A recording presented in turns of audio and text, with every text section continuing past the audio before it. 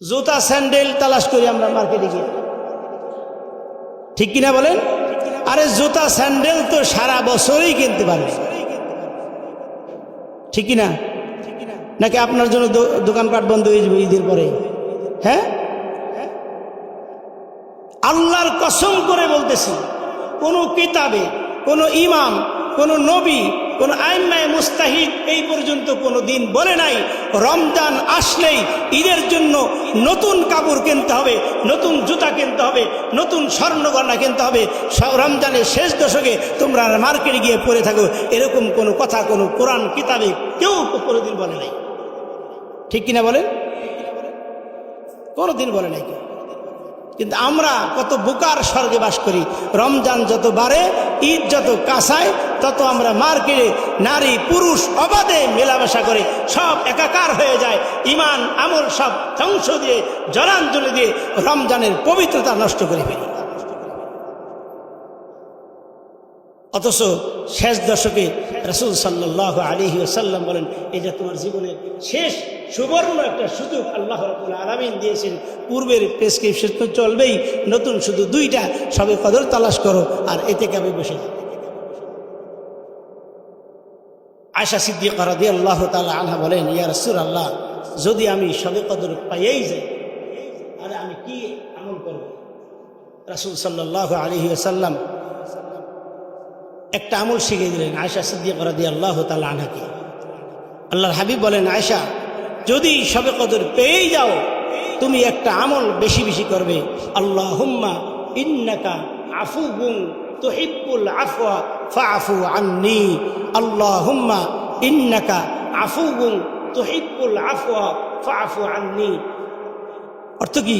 হে আল্লাহ, ইন্নাকা আফুউন, তুমি অবশ্যই ক্ষমাশীল, তুমি অবশ্যই ক্ষমাশীল এবং তুমি ক্ষমাকেই পছন্দ করো, ফাআফু আন্নী, অতবার অনেককেই তো ক্ষমা করবেন, তাদের সাথে আমাকেও ক্ষমা করে দেন। সুবহানাল্লাহ, কত সুন্দর দোয়া, কত সুন্দর দোয়া। আয়েশা সিদ্দিকা রাদিয়াল্লাহু আনহা জিজ্ঞেস করলেন, ইয়া রাসূলুল্লাহ, সবে কদর কিভাবে পাবো, আমি কেমনে বুঝবো?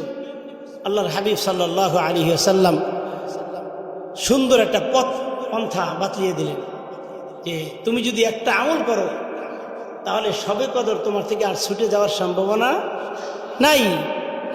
তুমি ঘুমাইলেও সবে কদর পাবে, বসে থাকলেও পাবে, শুয়ে থাকলেও পাবে, তুমি সবে কদর পাবেই। সেই ইবাদতের নাম হচ্ছে ইতিকাফ। কি নাম? যারা বলেন ইতিকাফ। আমরা তো মনে করি ইতিকাফ করবি যারা বুড়া, চলতে পারে না, লাঠি ভর দিয়ে চলে, জোর করে ধরাই না মসজিদের এক কোনায় বসাই দিই, কারণ এটাতে কোনো দুনিয়ার মধ্যে কোনো কাজ হয় না, ঠিক কিনা বলেন?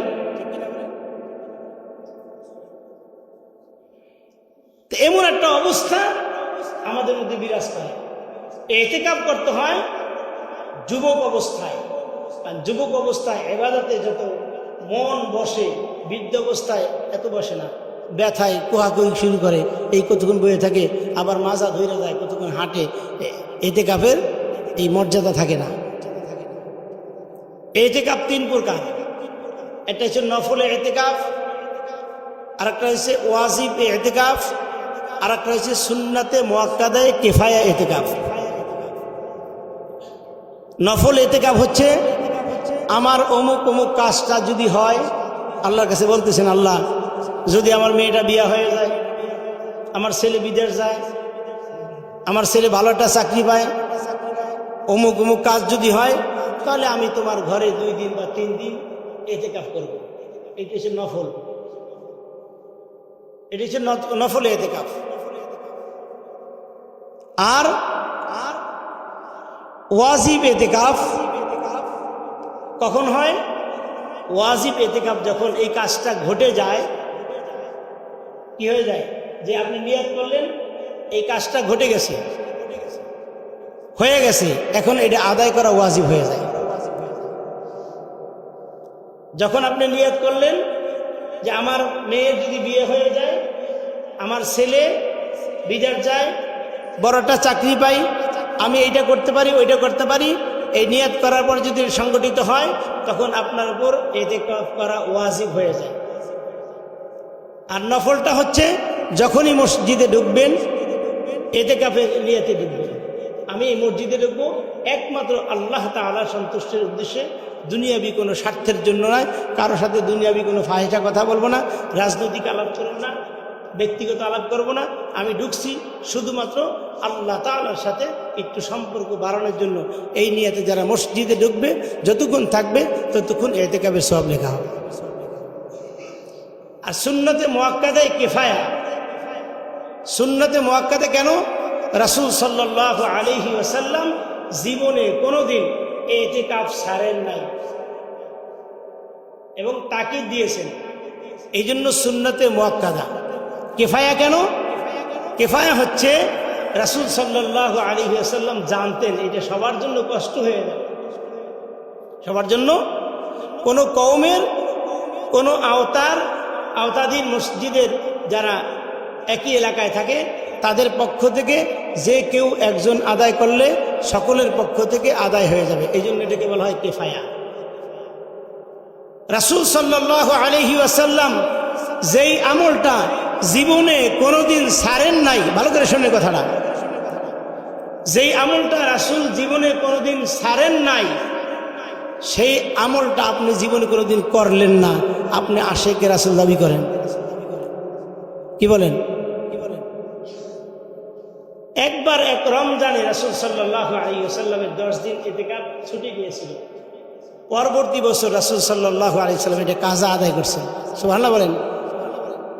তো যেই আমলটা রাসূল কোনোদিন ছাড়লেন না, আর সেই আমলটা আপনি কোনোদিন করলেন না, যেই দাড়ি কোনোদিন রাসূল সাল্লাল্লাহু আলাইহি ওয়াসাল্লাম খুর লাগাইলেন না, আপনি সেই দাড়ি প্রতিদিন খুর দিয়ে কাটেন, কোনোদিন রাখলেন না, আর আপনি দাবি করেন আপনি আশিকে রাসূল।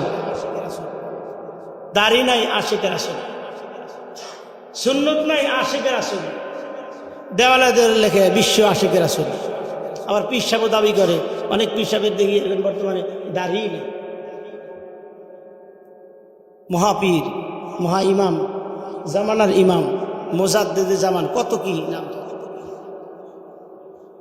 ইতিকাফ রমজানের শেষ দশকে, অর্থাৎ 20 রমজান সূর্যাস্তের আগে আগে মসজিদে ঢুকতে হবে। আবার শাওয়াল মাসের চাঁদ যখন উঠবে তখন আপনার ইতিকাফ শেষ হবে। এই 10 দিনের ইতিকাফ করা সুন্নতে মুআক্কাদায়ে কিফায়া। আমার ভাইয়েরা,